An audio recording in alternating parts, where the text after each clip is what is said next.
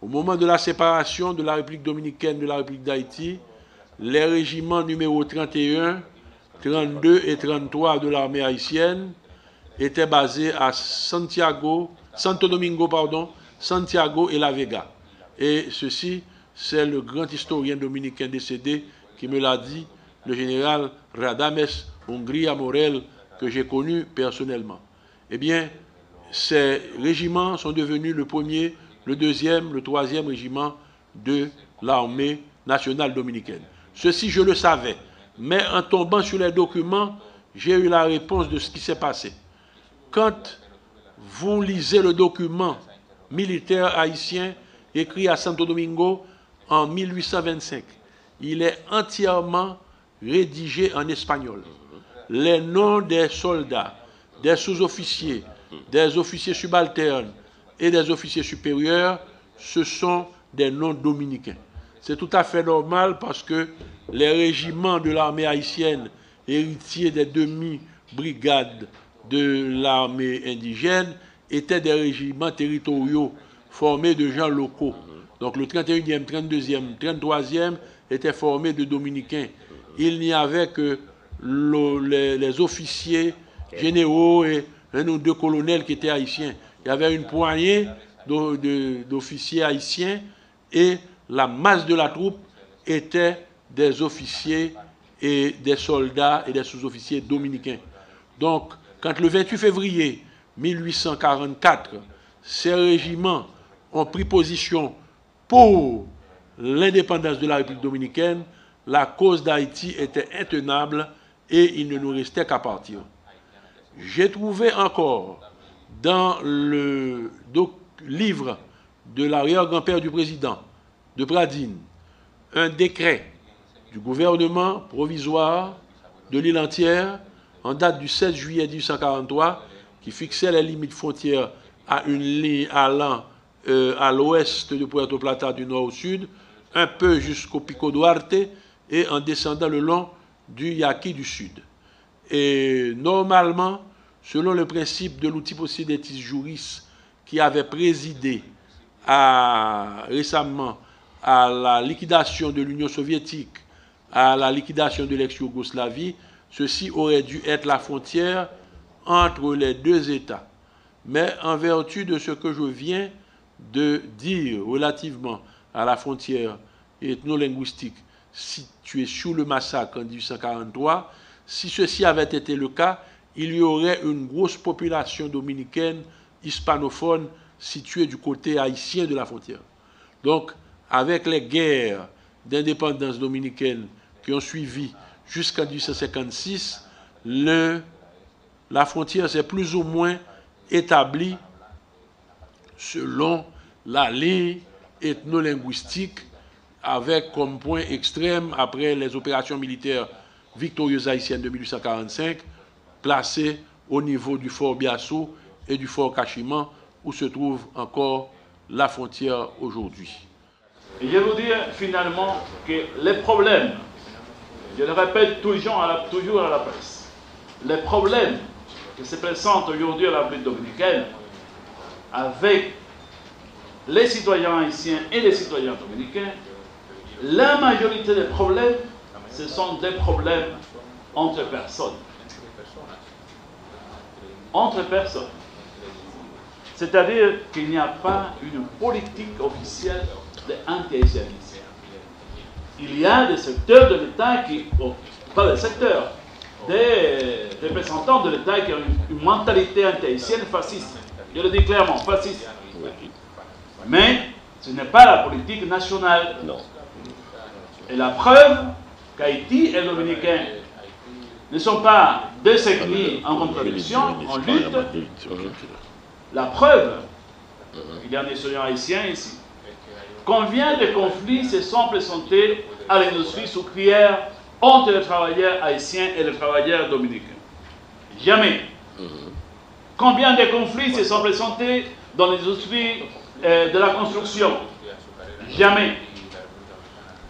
Dans l'industrie du tourisme? Jamais. Il y a eu des instigations chauvinistes pour opposer haïtiens et dominicains.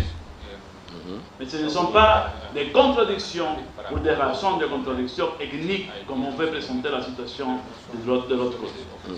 Donc ce sont deux peuples différents et c'est normal qu'il y ait des problèmes, surtout quand les relations entre nos deux pays commencent à peine à s'organiser. Donc il y a une quinzaine d'années qu'on commence à parler des relations formelles. Parce que la dictature qui existait avant profitait de cette opposition pour obtenir des bénéfices. Donc je pense que l'occasion de la célébration du bicentenaire de Juan Pablo Duarte sera une opportunité pour continuer à parler des rapprochements entre Haïtiens et Dominicains. Comme vous le savez, la Fondation Zile est une organisation binationale qui a pris naissance après des événements très malheureux qui ont été enregistrés en mai 2005. Ce sont des incidents violents entre Haïtiens et Dominicains dans la zone de Atillo Palma.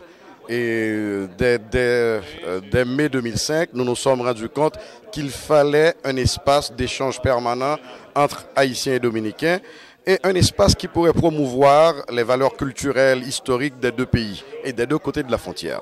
Donc c'est l'une des raisons principales pour lesquelles nous avons profité du bicentenaire de Duarte qui se commémore durant toute l'année 2013 en République dominicaine pour organiser deux conférences sur cette figure historique dominicaine, le père fondateur de la République voisine, mais très méconnu en Haïti, particulièrement par les générations actuelles. Donc, comme vous le savez, il y a aussi une communauté dominicaine qui vit en Haïti. Donc, et il était pour nous opportun d'accompagner cette communauté dans la célébration de leur indépendance. L'indépendance dominicaine, c'est aussi le 27 février. Donc, il y a deux éléments que nous avons pris en considération, le bicentenaire de Duarte et l'indépendance de la République dominicaine, et pour non seulement faire connaître à la jeunesse haïtienne qui était Duarte, mais aussi accompagner la communauté dominicaine et même la mission diplomatique. Nous avons eu aujourd'hui l'honneur de recevoir l'ambassadeur dominicain à Port-au-Prince, le bon ami Ruben Sillier. Donc tout ceci se fait dans le cadre du renforcement des rapports entre Haïti et la République dominicaine. L'important, c'est la connaissance et c'est une meilleure lecture des faits historiques qui, dans le passé, nous avaient mis dos à dos.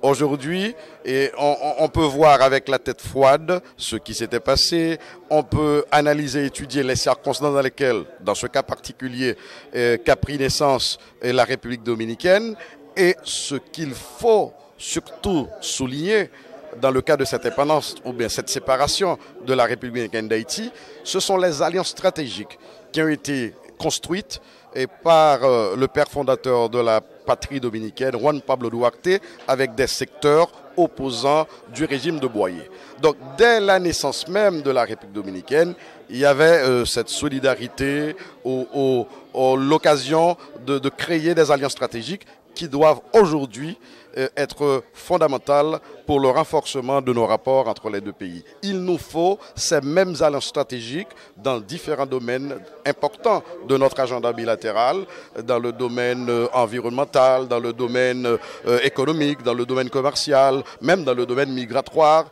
Et les deux pays constituent, comme nous le disons toujours, un marché, un large marché, et dans le monde caribéen, au niveau de la CARICOM. Donc, on peut faire des alliances stratégiques pouvant contribuer au développement de l'île des deux pays et à la croissance économique des deux pays et au développement humain des deux côtés de la frontière. Moi, je vois que cette activité se situe dans une entreprise de rattrapage parce qu'elles auraient dû déjà avoir lieu depuis longtemps. Notre jeunesse a soif de connaître la réalité de ce qui s'est passé. On a eu une histoire tumultueuse entre Dominicains et Haïtiens. Il y a eu un certain massacre, il y a eu d'autres pépins, l'occupation de Jean-Pierre Boyer, tout ça. Et c'est bon que la Fondation Zile fasse l'effort de mémoire, l'effort de mettre les deux peuples en contact. Et il n'y a pas meilleur moyen d'être en contact que par l'histoire, par la connaissance des grands hommes haïtiens et dominicains. Et moi qui suis passionné des relations haïtiano-dominicaines, c'était pour moi un plaisir d'assister aux présentations du professeur Alvarez, de l'ancien ambassadeur Chico Despradel et de notre érudit national, Georges Michel. L'avenir est entre nos mains. On doit le forger. La presse a son rôle à jouer, l'université a son rôle à jouer, les élites politiques, économiques ont leur rôle à jouer. Et je pense que, comme on le répète souvent, on ne peut pas séparer ces deux peuples. Ces deux nations constituent les deux ailes d'un même oiseau, comme on dit. C'est inimaginable les progrès qui se sont faits pendant les 15 à 20 dernières années. Plus récemment encore, si vous avez, je pense que Téléguinée était là, quand le président a performé avec Julio Iglesias là-bas, les Dominicains lui ont fait une ovation debout. Et on a vu avec quelle attention ils ont traité notre président là-bas. C'est un signe de rapprochement, c'est un signe des temps. Donc l'histoire progresse, elle ne fait pas marche arrière, elle progresse, et pour le mieux. L'avenir appartient à ceux qui travaillons ensemble, Dominicains et Haïtiens, pour faire de cette île une île prospère, du nord au sud, de l'est à l'ouest.